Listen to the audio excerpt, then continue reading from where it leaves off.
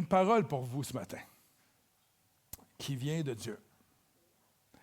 Une parole qui vient de ce livre extraordinaire. Amen.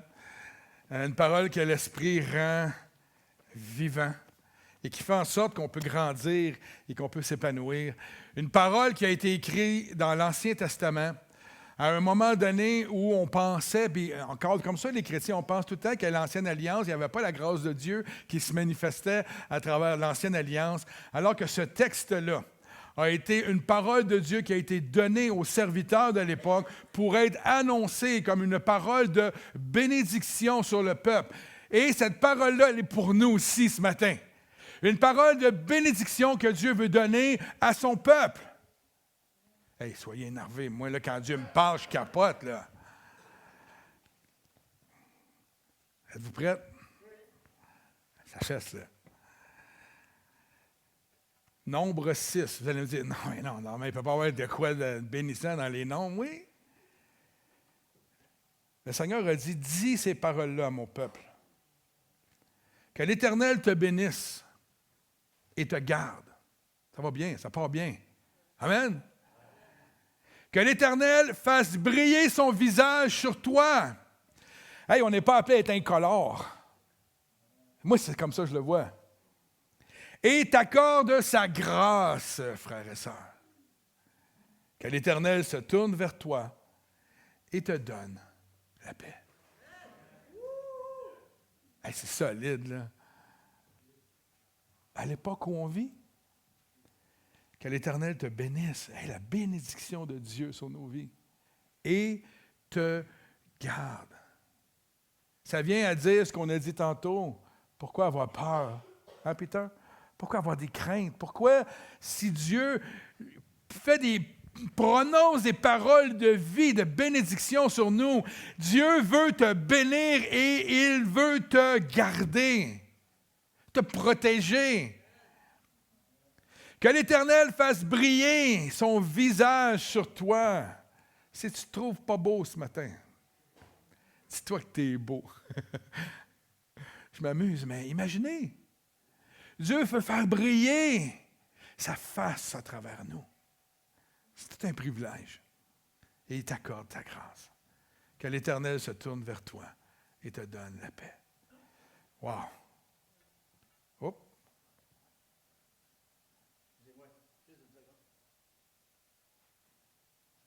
Que l'Éternel te bénisse et te garde. Yes.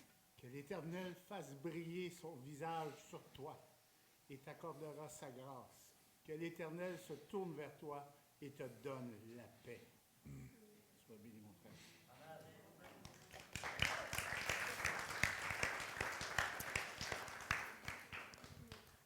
Merci tout le monde, vous pouvez aller à la maison.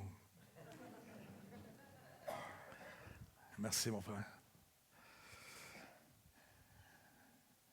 Dans le livre des Nombres, l'Éternel transmet à Moïse et à Aaron une parole de bénédiction qui sont appelés à prononcer. Et ça me bénit d'entendre ça.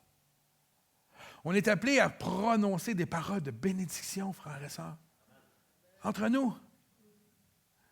Il y a tellement de promesses et de paroles extraordinaires qui nous sont à nous, qui nous ont été données dans la Nouvelle Alliance, les promesses de Jésus à notre sujet. Ça, je n'ai même pas dans mes notes, ça sort de ma tête là. On devrait être en mesure, frères et sœurs, de prononcer ces paroles-là les uns aux autres. On va tous faire des erreurs. On va tous être animés des fois de colère ou de crainte ou de toutes sortes de choses. Puis entre nous, des fois, même dans les couples, on peut se dire des choses qui ne sont pas des bénédictions. Dieu nous montre un modèle parfait. Il demande à Moïse et à Aaron à prononcer sur le peuple d'Israël. Imaginez! Cette formule donnée par le Seigneur lui-même exprime de manière poignante, si on veut, la réalité de la grâce de Dieu. Dans la Nouvelle Alliance, ce pasteur, il y avait de la grâce. Si vous saviez, on ne serait plus là, personne, si Dieu n'avait pas manifesté sa grâce. Le Dieu saint devrait, en toute logique, s'opposer aux hommes pécheurs en raison de notre péché Et quand on parle du péché, nous entendons par le péché cette disposition que nous avons dans nos cœurs, qui nous pousse naturellement par la chair, à la suite du péché de nos premiers parents, à vouloir rejeter l'autorité de Dieu de façon naturelle. De façon naturelle, c'est assez facile de se rebeller. De dire à Dieu, non, je n'ai pas besoin, moi, de ça. Non, des fois, la parole, Dieu me parle à travers sa parole, je fais comme, moi, non. Mais quand tu te mets à réfléchir, ouais, le Seigneur me parle en ce moment, je suis en train de lire un livre qui me bouleverse un petit peu, et il me parle fort en ce moment. Il faut le laisser parler. Mais au-delà de le laisser parler, il faut l'écouter. Puis au-delà de l'écouter, il faut obéir. C'est une grosse étape. C'est une grosse étape.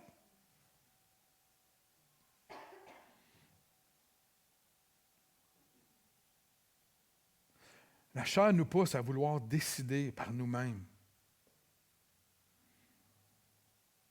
ce qui est bon et ce qui est mauvais. La chair nous pousse même en tant que croyants à interpréter cette parole-là afin qu'elle fitte, je ne sais pas comment dire en français, qu'elle corresponde, coïncide avec notre style de vie. C'est pas ça que ça dit ici. C'est comme si tu achètes un micro-ondes, il te donne le livre d'instructions, tu te dis non, pas de même ça marche. Je vais te montrer comment ça marche, moi, le micro-ondes. Hein? Ça ne marche pas de même. C'est pas nous qui décidons. Le Créateur nous a donné un livre avec les instructions, pas pour nous mettre dans une prison, hein, right? C'est pour nous amener à être encore meilleurs, une meilleure personne, une meilleure version de qui nous sommes. Et n'oubliez jamais, Dieu, le Père, le Fils, le Saint-Esprit, Dieu dans la Trinité, nous a créés à son image. Pas à l'image des hommes de ce monde, pas à l'image de la mode de ce monde, pas à l'image de ce qui est le monde nous font comme promotion. Il y a des choses extraordinaires, là, je ne suis pas en train de dire que tout est mauvais. Mais nous avons été créés à l'image de Dieu pour représenter Dieu, au point où Dieu dit, je vais faire luire dans ton visage ma présence, ma face, mon identité, afin que les gens voient qui je suis à travers toi. C'est extraordinaire.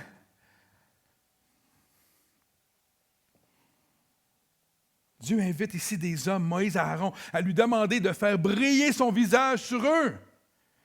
Et il se tourne, Dieu, vers eux, selon cette formule de bénédiction. Et ce n'est pas pour les rejeter qu'il fait ça, ou les condamner, mais au contraire pour leur donner sa grâce et sa paix. Il n'y a rien de ce qui est écrit ici qui est pour nous donner autre chose que sa grâce et sa paix et sa bénédiction, frères et sœurs. Amen.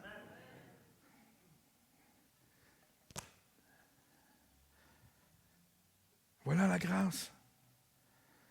Cette démarche de Dieu par laquelle il décide, au lieu de nous faire subir une juste rétribution, parce qu'on mériterait la punition,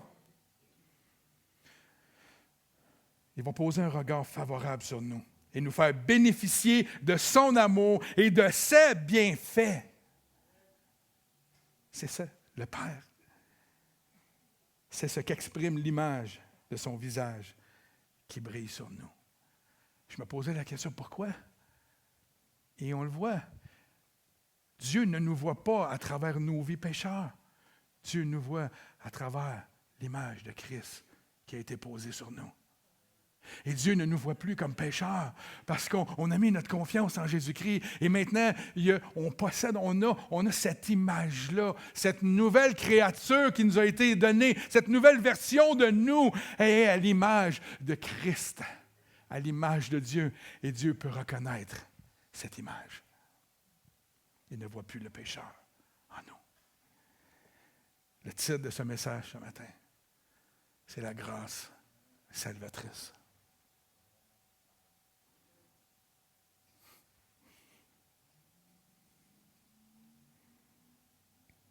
Peter, quand je pense à mon passé, Je pense au tien. C'est incroyable, la grâce. Right? Je connais la vie de quelques-uns ici. La grâce de Dieu est merveilleuse. Sans la grâce de Dieu, je serais probablement dans le fond du fleuve, dans un sleeping bag. Moi qui n'aime pas le camping.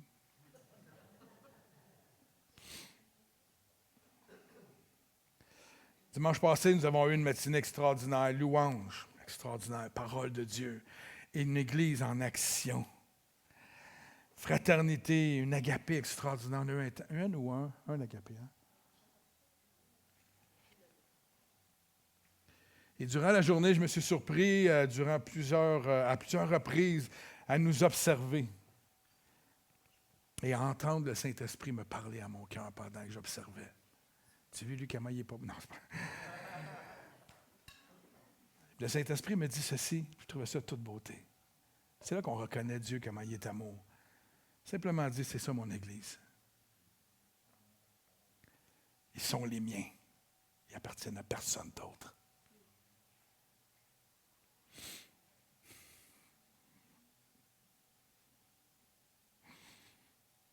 Ils sont ma gloire. Ils sont l'extension de mon amour, de ma grâce, de qui je suis à travers eux.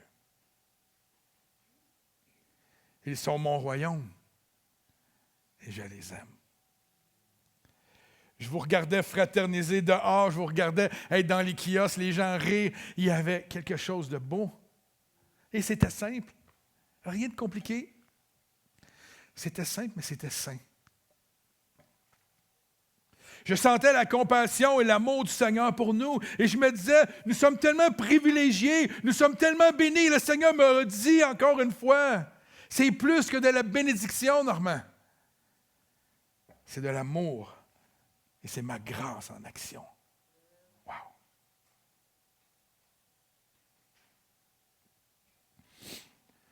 Fait que dans le fond, je vous amène à travers ma dévotion cette semaine. Et j'aime reprendre le texte de Jean 1, continuellement. Je le lis de façon régulière. Parce que c'est probablement un des textes les plus beaux qui me ramène toujours à l'essentiel, qui me fait comprendre l'immensité de Dieu. Comment Dieu m'aime, comment Dieu ne m'a jamais oublié. Et il ne m'oubliera jamais. Amen. Au commencement, la parole existait déjà, avant même que nous, on vienne au monde, avant même que ce monde existe. La parole existait déjà, la parole était avec Dieu et la parole était Dieu. La parole. Elle était au commencement avec Dieu, tout a été fait par elle. Et rien de ce qui a été fait n'a été fait sans elle. En elle, il y avait la vie. Et cette vie était la lumière des hommes, des humains. La lumière brille dans les ténèbres, on l'a chanté tantôt. La lumière brille dans les ténèbres, mais malheureusement, les ténèbres ne l'ont pas accueilli. Il eut un homme envoyé de Dieu, son nom était Jean. Et je pourrais dire, il eut un homme envoyé de Dieu, son nom était Denis. Il eut un homme envoyé de Dieu, son nom était Roland. C'était Jérémie, pasteur Jérémie. C'était André. Simon. Jonathan. Right? On pourrait dire ça. Non? Il vint comme témoin pour rendre témoignage à la lumière, afin que tous croient par lui. Il n'était pas la lumière, mais il vint pour rendre témoignage à la lumière. Cette lumière était la vraie lumière qui, en venant dans le monde, éclaire tous les êtres humains. Qu'est-ce que le monde a besoin d'avoir? D'être éclairé. Elle était dans le monde et le monde a été fait par elle. Pourtant, le monde ne l'a pas reconnue. Elle est venue chez les siens et les siens ne l'ont pas accueillie. Mais à tous ceux qui l'ont acceptée, c'est la beauté. À ceux qui croient en son nom, elle a donné le droit de devenir enfants de Dieu, puisqu'ils sont nés non du fait de la nature, ni par une volonté humaine, ni par la volonté d'un mari, d'un homme, mais qu'ils sont nés de Dieu. Ça n'a pas rapport, on pourrait plus dire d'une église, ça n'a pas rapport. On est né de Dieu. Et la parole s'est faite homme, elle a habité parmi nous. Jésus, la parole vivante, le pain quotidien.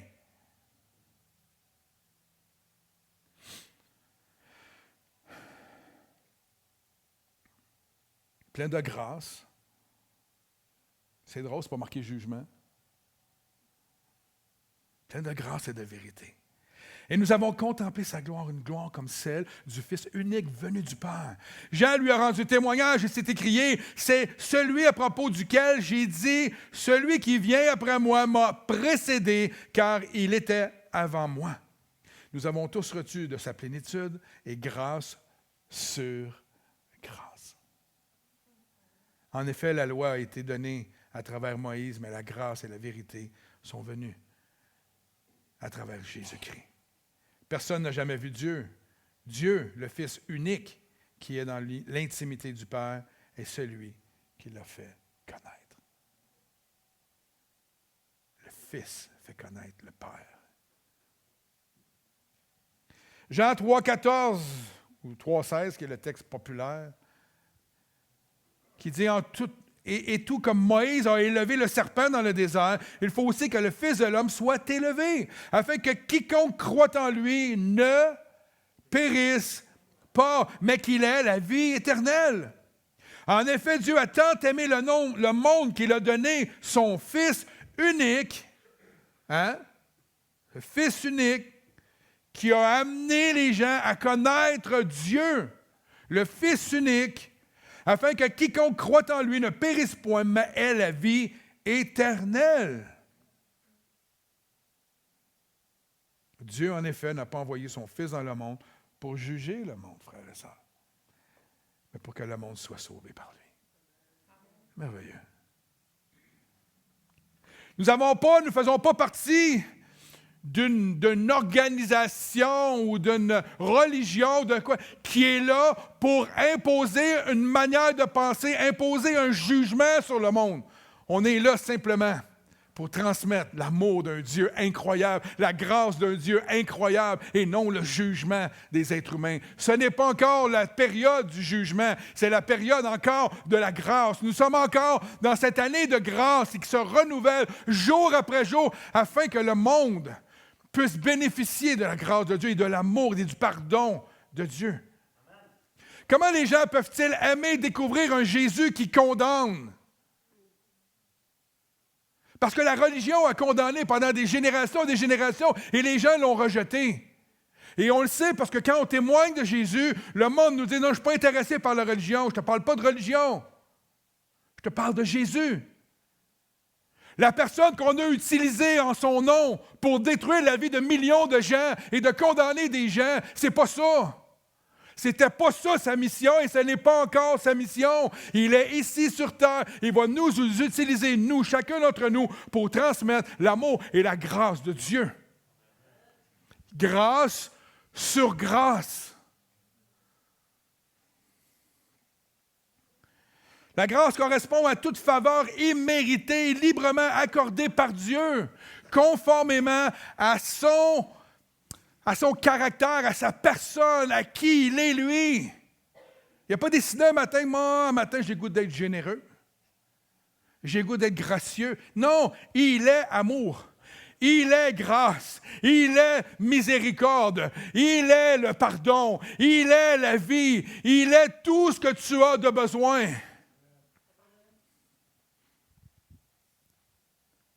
La grâce de Dieu est le rayonnement de son caractère, par laquelle il va accorder librement sa bonté, sa générosité à ses créatures, qui, pourtant, méritent sa condamnation. La grâce est une qualité de l'ordre du caractère et de la personne de Dieu. On distingue traditionnellement deux types de grâce dans les Écritures. Il y a la grâce commune de Dieu, c'est-à-dire sa générosité, sa providence qu'il accorde à tous les êtres humains. La parole qui dit qu'il pleut autant sur les bons que sur les mauvais. Il y a plusieurs autres textes dans les Écritures, on aurait pu sortir, mais ce n'est pas l'objectif ce matin de parler de la grâce commune. Je vais parler de la grâce salvatrice ce matin. Il accorde cette providence-là à tout. Si Dieu se retire de ce monde, ça va plus bien. Il est encore présent dans ce monde. C'est encore son monde. Ah, est-ce qu'il y a un ennemi qui est là en ce moment, qui vient falsifier tout, puis qui essaie d'amener le plus de monde à l'extérieur de la pensée de Dieu, de la révélation de Dieu. Vous savez quoi, la bonne nouvelle? C'est que Dieu a mis son Église, il a mis des espions partout, il a mis des travailleurs, il a mis des évangélistes, il a mis des pasteurs, il a mis des gagas de Jésus pour qu'on aille à l'extérieur, puis qu'on partage son nom. C'est pas vrai qu'on va laisser le monde gagner. C'est pas vrai que je vais laisser l'ennemi prendre le dessus sur le message le plus puissant que la terre porte, qui s'appelle Jésus-Christ, la bonne nouvelle. Arrête, mais ça va être drum.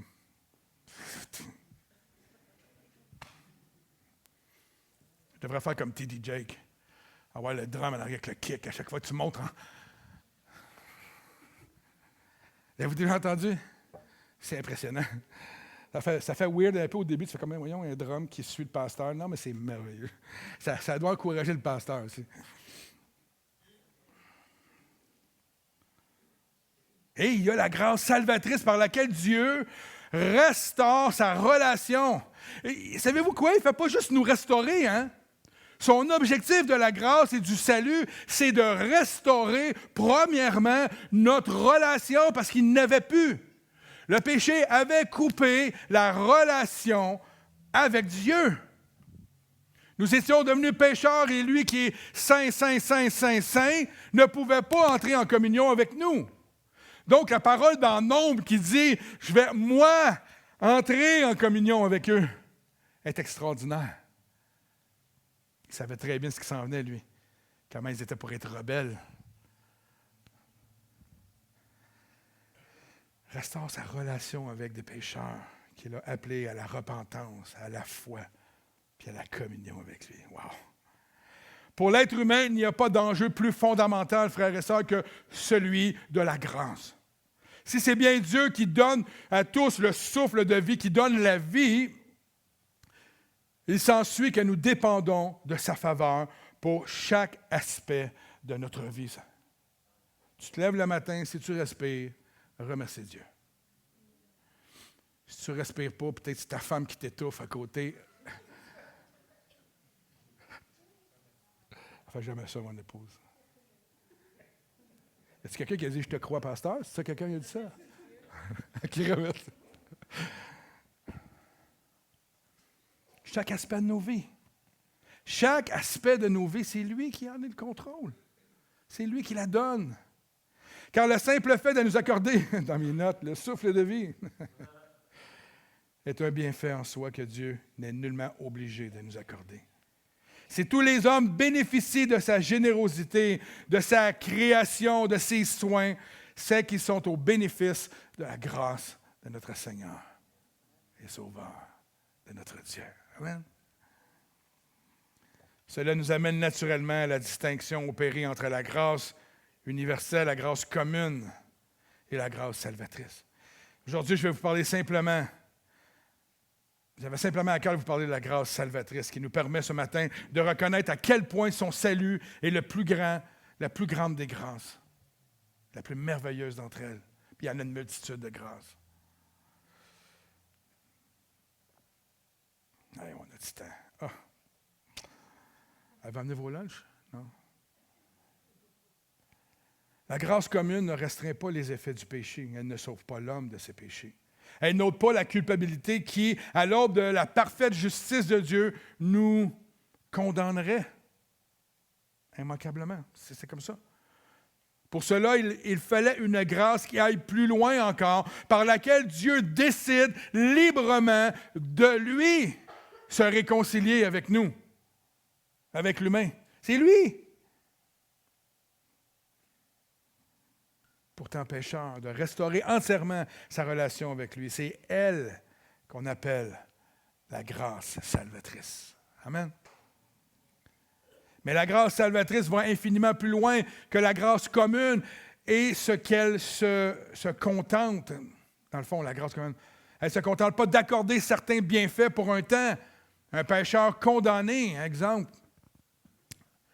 Par cette grâce, Dieu fait bien plus après avoir suscité chez le pécheur par son esprit la repentance et la foi. Il va quoi? Regardez bien ça. Il va le déclarer juste à ses yeux. C'est ce qu'elle produit, la grâce. Et c'est la clé. On est vu juste aux yeux de Dieu, on n'est plus vu pécheur. Deuxièmement, elle nous accueille, sa grâce, dans la présence de Dieu. Ce matin, cette présence merveilleuse de Dieu, c'est la grâce de Dieu qui se manifeste encore une fois au milieu de gens qui, à tous les jours, on commet encore des péchés. Mais nous ne sommes plus vus comme pécheurs grâce à Christ. Amen. Le fait qu'on ait été adopté comme enfant de Dieu, c'est une grâce.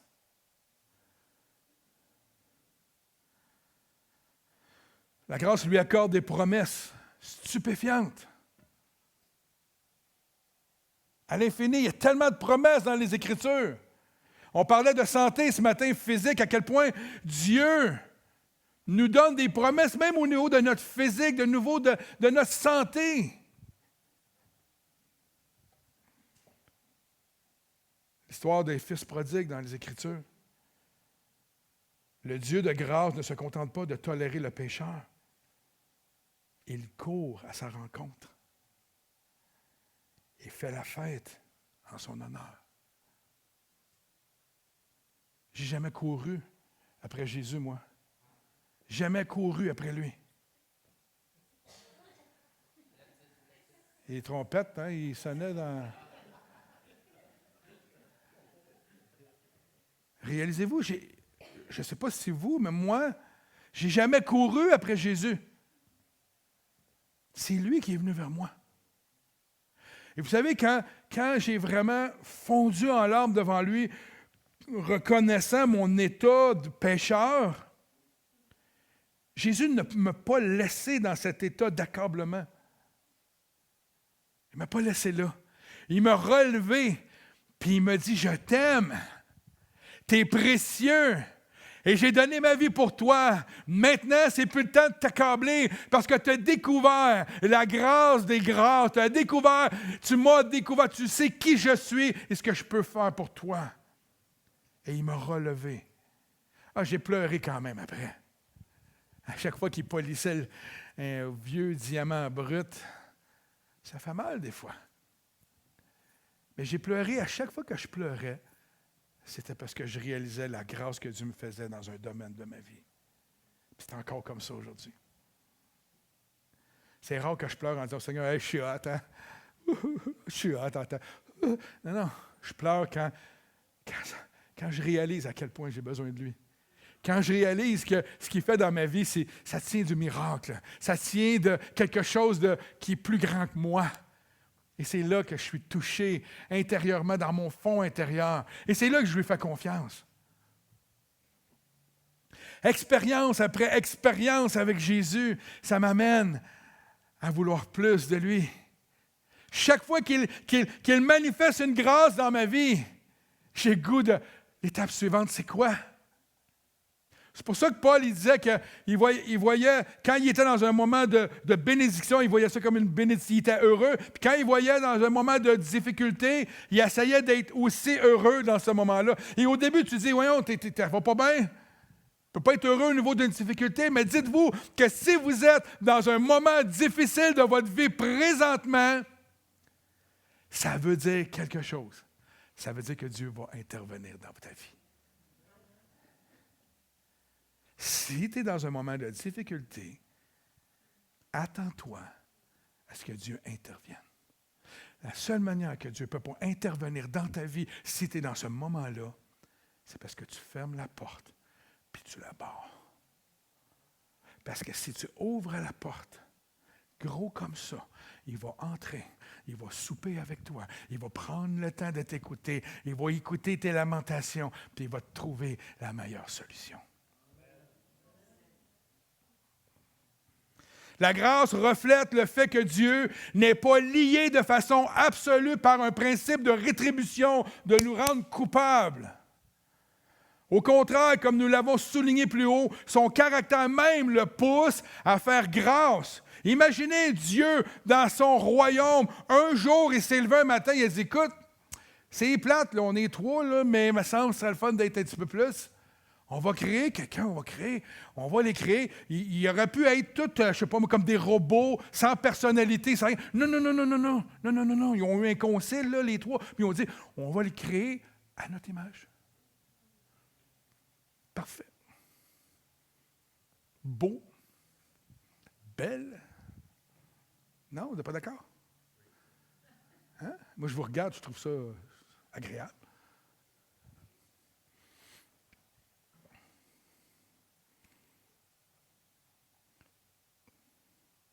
Toutefois, ce même caractère le lie aussi dans son absolu de justice, au sens où Dieu étant parfaitement et absolument juste, il dénonce et condamne tout le mal. La grâce, ce n'est pas un message pour vous dire « faites ce que vous voulez ». C'est utilisé comme ça dans le royaume de Dieu. Ah, la grâce abonde, et là où le péché abonde, la grâce surabonde, donc on peut pécher, c'est pas grave, la grâce est là. Mais Dieu est juste aussi. Il n'y a en effet jamais de péché sans coût, pour soi, pour les autres, pour le monde, même. Ainsi, un meurtre ne peut jamais être annulé. Si tu tues quelqu'un, tu l'as tué, il ne reviendra pas, il est mort. En tout cas, dans la condition présente à l'échelle humaine, ça va rester un meurtre. Même si tu fais ton temps, tu as été pardonné, tu as fait 25 ans de prison, tu vas sortir, tu es quand même un meurtrier. Ça ne changera pas au résultat.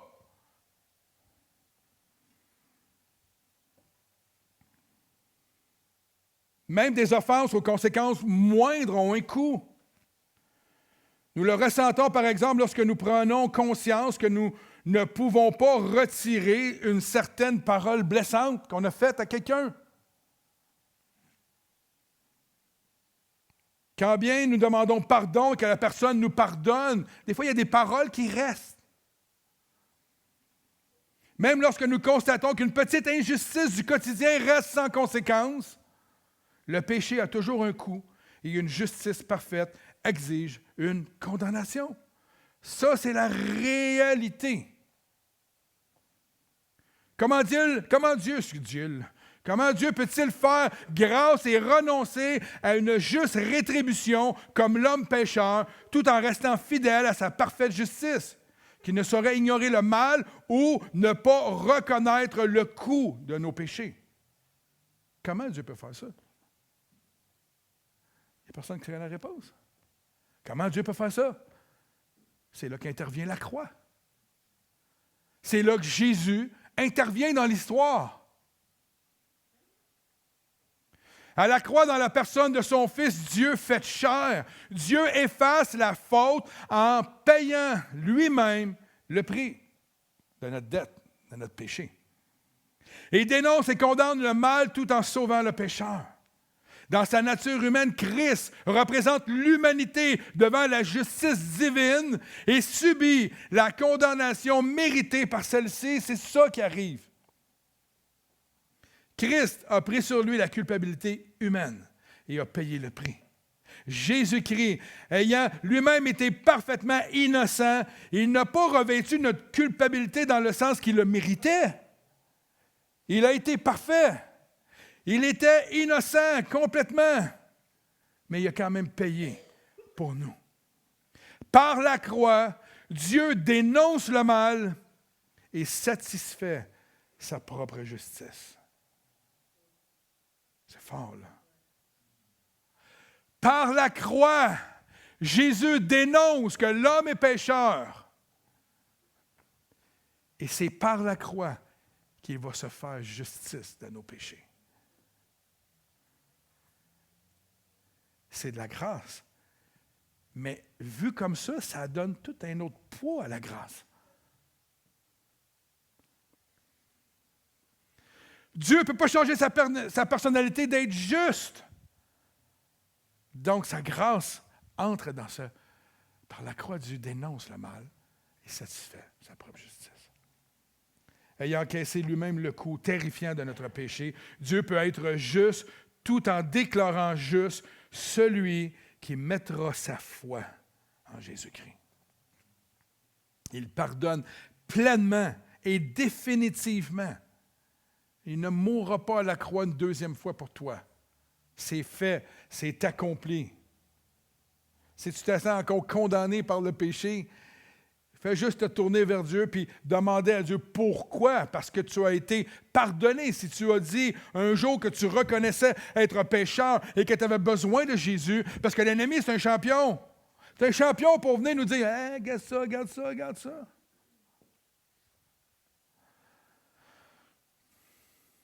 C'est le pardon au cœur de la grâce salvatrice qui la distingue de la grâce commune. Toutefois, la grâce est une réalité beaucoup plus large que le pardon et une prise de décision. Elle révèle, restaure et comble éternellement la vie du pécheur. Parmi les bienfaits dont Dieu nous comble figure de façon privilégiée, si on veut, une nouvelle vie qu'il nous donne. Il nous donne une nouvelle vie. C'est merveilleux. Il n'a pas juste dit, je vais mettre des plasters partout sur ta vie. Moi, te reconstruire, moi, te rebâtir. Il y a des bouts qui sont brisés encore, moi, là. Non, non, c'est pas ça qu'il a dit. Et je vais te donner une nouvelle vie. Tu vas pouvoir vivre, repartir à zéro. Pas une chanson là-dessus.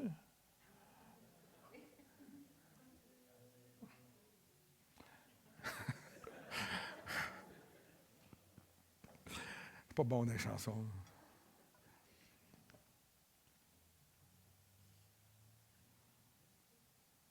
Une vie nouvelle par laquelle nous apprenons, par la grâce, à vivre d'une façon qui doit plaire à Dieu. On le voit dans le titre. Je n'ai pas le texte, j'aurais dû aller le chercher, j'ai oublié de le mettre. Lorsque nous prenons titre 2, c'est ceux qui prennent des notes, versets 11 à 14, quel texte extraordinaire qui nous encourage à vivre et à honorer le salut justement qu'on a reçu, honorer Christ dans notre manière de vivre à tous les jours. Lorsque nous prenons conscience que Jésus-Christ a tout accompli, qu'il a entièrement et parfaitement effacé notre faute, nous comprenons que Dieu peut, sans démentir sa justice, nous combler des bienfaits qui relèvent de sa perfection à lui et de son éternité à lui et de sa majesté à lui et de tout ce que lui possède. Hein, nous sommes les héritiers de son royaume. La victoire sur la mort, la plénitude, la joie, la paix, la sécurité du salut, la vie éternelle. Wow! On peut avoir accès, on a accès à ces choses-là dès maintenant par la grâce de Dieu. Ce matin, tu disais, on ne meurt pas. On ne meurt plus. On va mourir dans notre enveloppe humaine. Mais pour l'éternité, nous serons avec lui. Amen. Un jour, il va nous redonner une autre enveloppe. J'espère qu'elle va être plus belle, en tout cas, bref.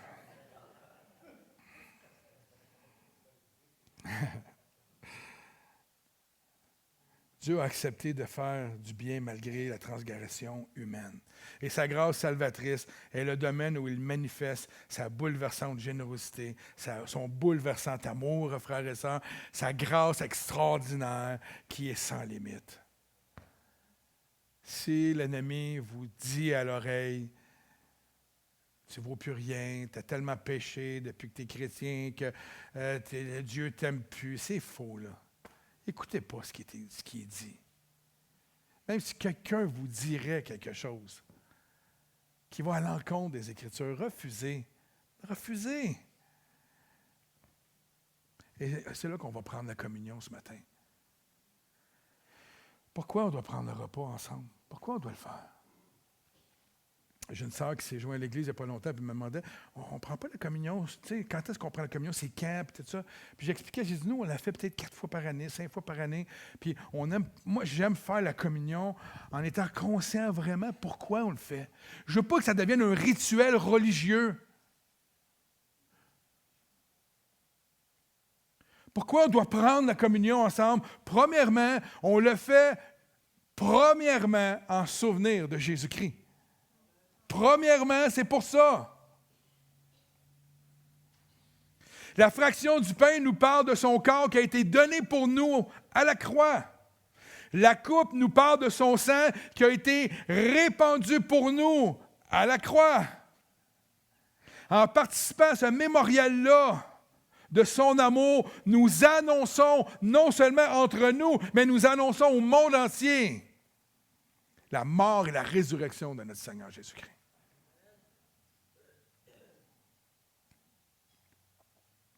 En présence de Dieu et des saints anges et des saints ici dans la salle, les saints, là, vous, les saints, entourés des puissances invisibles, des ténèbres et des méchancetés. Ça, c'est une section que j'avais trouvée à un moment donné, puis je ne me souviens pas où, je l'avais mis dans mes notes, j'aurais dû marquer à côté. La personne disait que quand on prend la communion, c'est que tout le milieu spirituel, on annonce partout, en tout lieu, que Jésus est ressuscité.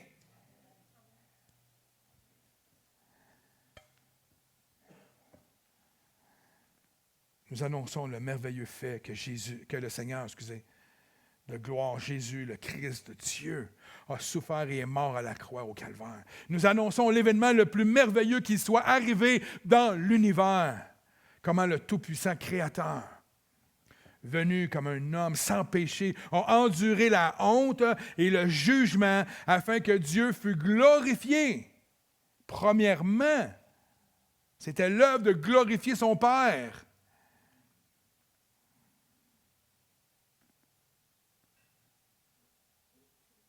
Deuxièmement, la puissance de Satan a été annulée. Et la question du péché a été réglée une fois pour toutes. Ce Jésus, Dieu l'a ressuscité d'entre les morts et lui a donné la gloire, montrant ainsi toute la valeur que cette offrande parfaite a à ses yeux. C'est ce que Dieu a fait. Celui qui a remporté une si éclatante victoire est maintenant assis à la droite de la majesté dans les lieux célestes, attendant le moment glorieux que Dieu seul connaît, où il redescendra dans les airs pour appeler ses bien-aimés. Appeler ses bien-aimés et les introduire dans la maison du Père. Les chrétiens sont donc appelés à répondre à sa volonté, frères et sœurs. Prenant la Sainte Seine, la communion en mémoire de lui, annonçant ainsi sa mort, jusqu'à ce qu'il revienne. Alors voici ce que déclare la parole. Alors le souper pascal, après le souper pascal, on sait que les apôtres étaient réunis pour la Pâque. La nuit à laquelle Jésus fut livré, il va dire ceci. Il prit du pain, puis on va la faire à la fin complètement. Je vais lire les textes, puis je vais vous donner ma pensée. Il prit du pain et ayant rendu grâce, il le rompit et donna à ses disciples, disant, « Ceci est mon corps. » Imaginez les disciples qui ne comprenaient absolument rien. Parce que pour eux autres, Jésus, c'est le roi, il va prendre le pouvoir, il arrive, il va s'établir. Ceci est mon corps qui est donné pour vous. Faites ceci en mémoire de moi. De même, la coupe aussi.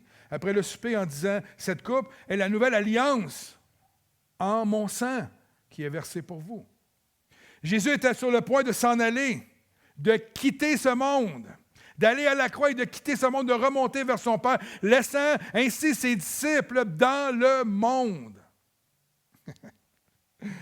Eh boy, hein? Nado, c'est tannant. Il est lâche-lousse dans le monde. Mais finalement, ils ne sont pas lousses tout seuls. Ils vont être avec le Saint-Esprit. Hein? Amen.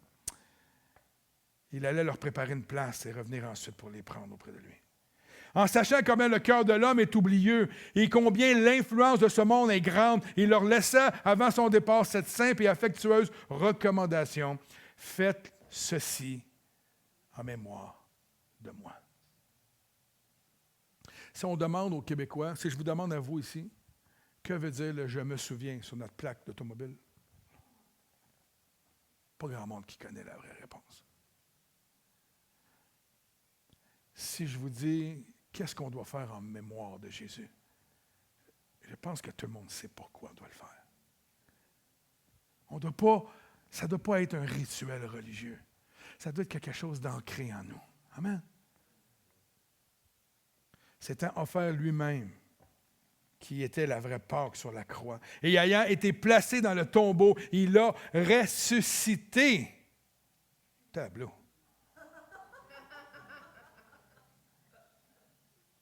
Par la gloire du Père. Et il a pris sa place à la droite de Dieu. Depuis la gloire, il parle encore au cœur de ses enfants, par les serviteurs, par sa parole, par la présence de l'Esprit Saint qui nous révèle la parole. Il y a toutes sortes de manières à laquelle Dieu prend plaisir de nous parler et de nous diriger à tous les jours. Et ce n'est pas une chose difficile qu'il nous demande de faire, mais seulement de nous souvenir de lui. Lui qui nous a aimés le premier et qui s'est donné pour nous. Il a fait la paix par son sang précieux et maintenant, il fait appel à nos cœurs, à notre souvenir. Pour moi, il est d'une importance capitale. Je vais demander au groupe de revenir. Pour chaque chrétien, et amenez vos copes, pour chaque chrétien de connaître la pensée du Seigneur concernant l'institution, si on veut, de la Sainte Seine, de la communion. Il ne faut pas prendre le repas du Seigneur comme un acte religieux à la légère, dans le sens qu'on ne doit pas le faire parce qu'il faut le faire. La scène ne doit jamais être prise comme moyen d'obtenir une bénédiction, mais comme un repas de reconnaissance et d'action de grâce en mémoire de celui qui a déjà béni, qui nous a déjà bénis. Une foi vraie, une doctrine pure et une conduite pieuse donnent droit aux membres du corps de Christ de prendre place à la table du Seigneur. Et c'est le privilège de tous les enfants de Dieu dont la marche est selon les Écritures. Amen. Pourquoi une foi pure? Pourquoi une conduite pieuse? Pourquoi la parole nous enseigne-t-elle ça? Parce que ça dit dans 1 Corinthiens 11, 27, ça dit « C'est pourquoi celui qui mange ce pain ou boit la coupe du Seigneur indignement sera coupable envers le corps et le sang du Seigneur. Que chacun s'examine lui-même et ainsi qu'il mange du pain et boive la coupe. Car celui qui le mange et boit indignement, sans discerner le corps du Seigneur, mange et boit un jugement contre lui-même. » Mais moi, quand je lis ça, ça me faisait toujours mal. Je me disais, moi, ça me semble que c'est sévère. Alors que tu amènes la communion, c'est un moment de grâce, un moment de souvenir. J'ai compris à un moment donné pourquoi le Seigneur disait ça. Cela veut simplement dire que nous ne devons pas prendre cela à la légère. Vous savez, comme pasteur, quand je faisais la communion à tous les mois, il m'est arrivé souvent, pendant que je préparais la communion avec les gens, qu'il y en avait qui se coupaient les ongles. Il y en avait qui regardaient le plafond. Il y en avait qui faisaient d'autres choses. Il y en avait qui regardaient le téléphone. Ça devenait à un moment donné comme... On le faisait tellement souvent tous les mois que les gens, c'était comme si, ben oui, c'est la Sainte Seine cette semaine, hein? C'est comme si, ben oui. Moi, je ne vous le dis jamais c'est quand. Ben, c'est pas une grosse surprise, dans le fond. Là. La vie chrétienne, c'est comme la Sainte Seine, ne doit pas être prise à la légère.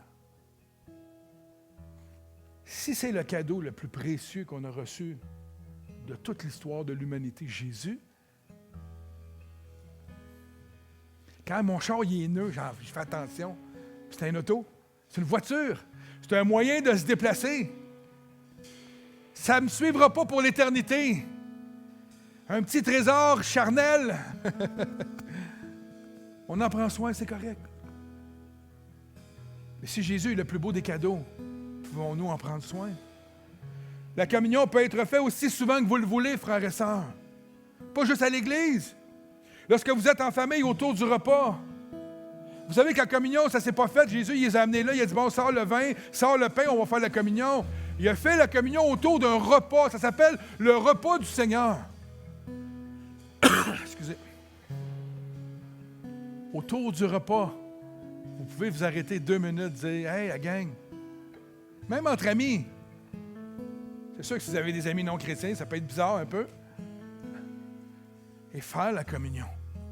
Prendre le temps, lorsqu'on prend le temps de faire une action de grâce pour notre nourriture, c'est quand même une belle reconnaissance que Dieu pourvoit nos besoins. Mais on peut prendre le temps de s'arrêter, tout simplement. On peut être dans un ministère des hommes et faire la communion. On est-tu obligé de le faire simplement le dimanche matin? Non, la communion avec Dieu, je la fais tous les jours. Mais quand on est ensemble, c'est bon de se commémorer, se souvenir de ce qu'il a fait pour nous. Amen? On peut le faire à l'hôpital. Grâce n'est pas là ce matin. Quand j'allais voir Léopold, j'y allais avec des petites copes. Puis je faisais la communion avec lui à l'hôpital. Je l'ai fait avec plusieurs personnes, dont à l'hôpital ou à leur maison. C'est correct. C'est des bons moments, c'est des moments où... Puis je me souviens de Léo qui avait de la misère là, à se lever, puis là, il voulait absolument être assis dans son lit. Léo, tu peux rester couché? Non, non, non, je vais être assis. Il voulait prendre le temps de se mettre devant le Seigneur et dire, Seigneur, je te remercie. Je te remercie pour ta vie. Je suis dans une piètre état en ce moment, mais tu m'attends, les bras ouverts, je m'en viens. Il était conscient. Frères et sœurs, la Sainte Seine est le moment précieux où ensemble, entre ceux et celles qui ont cru, on prend le temps de nous souvenir et de dire haut et fort que nous croyons en Jésus-Christ et que tout ce que le Seigneur a fait, en tout ce que le Seigneur a fait, et ce que le Seigneur fera aussi dans un avenir proche. C'est ça la communion. Alors, je vais vous inviter à vous...